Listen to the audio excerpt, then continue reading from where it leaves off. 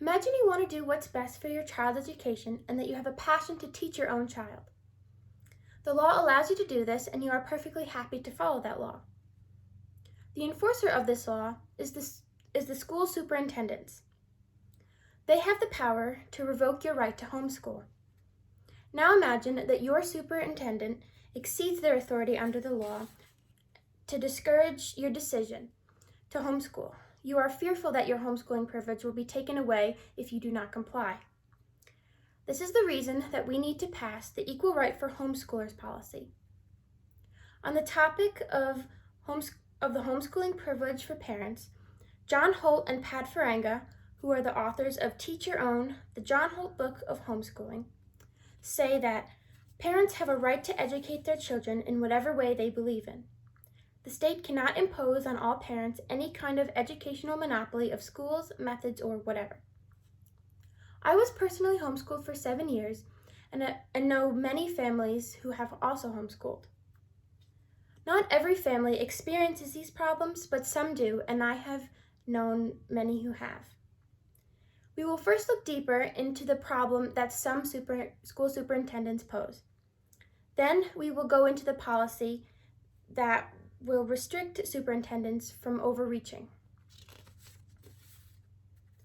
The problem that some homeschool families have is that their superintendents ask more than what New York State requires. New York State requires 7 things in order for a family to homeschool. First, you need to file a notice of intent within 14 days of starting the school year.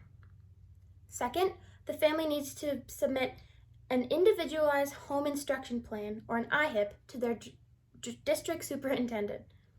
This is a list of the curriculum that the family will be using. Third, the parents need to know what subjects are required for the specific grade levels. New York State provides families with a regulation book that has all of this information. This list is flexible if a child is struggling in a certain subject. SuccessByDesign.com explains this by saying that children and teens learn subjects at varying rates. At some point in their educational lives, almost all students will have trouble grasping at least one subject. Homeschool's freedom to make educational choices allows parents to devote more time to the subjects with which their children are struggling. This freedom brings a sensible balance to the learning curve. Fourth, parents need to maintain attendance records. They need to keep track of how many days their child completes their schoolwork. Fifth, the children need to complete 900 hours of school instruction between the grades 1 through 6 and 990 hours between grades 7 and 12.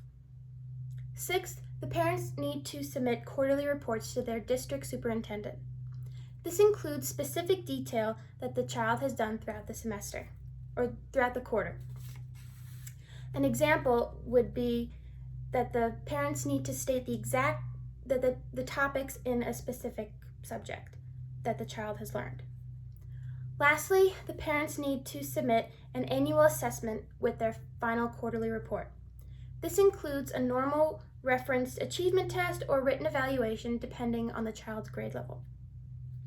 Linda Dobson, who is the author of Homeschooling the Early Years, states an interesting fact about the testing by saying that in 1995, the Riverside Publishing Company released the Iowa Basic Achievement Test scores of 16,000 home-educated students. This is one of several standardized tests commonly administered in schools. Children taught at home averaged in the 77th percentile, 27% above what the testing company deems average ability. These are the basics that New York State requires for a family to homeschool.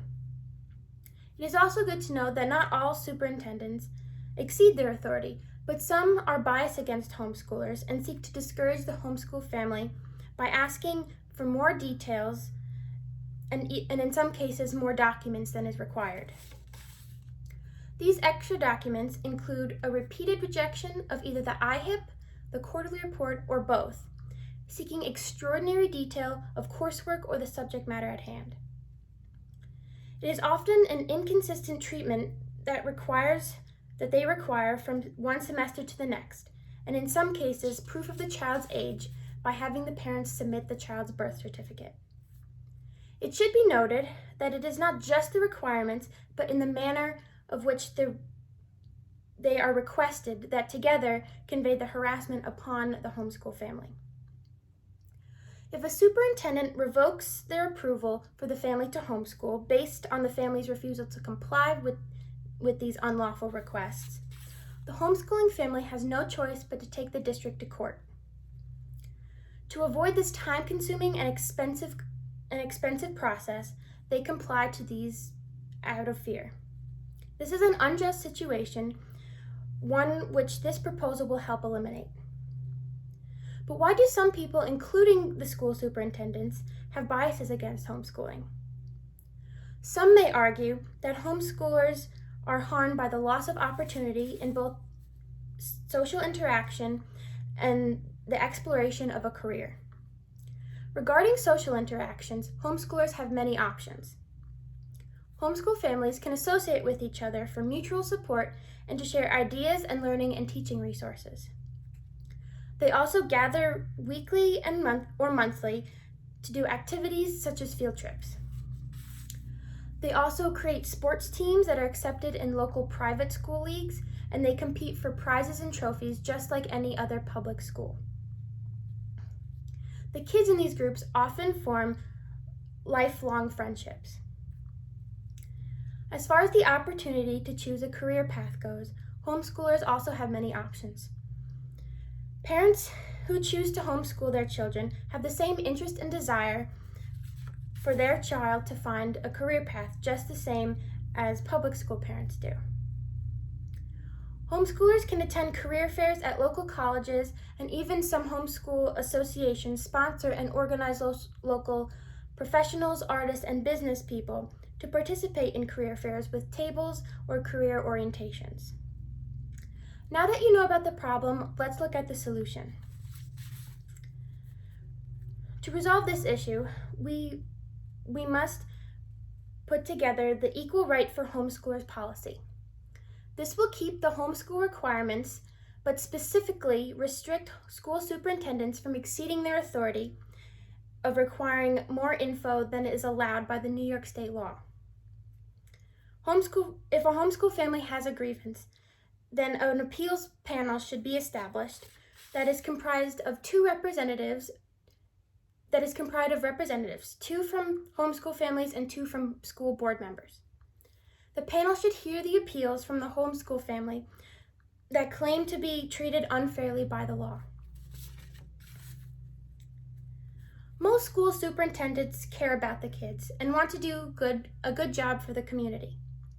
It is my hope that this policy will help create a healthy environment for homeschooling families and encourage the superintendents to better understand the homeschool community and the valuable education that the families provide to their children.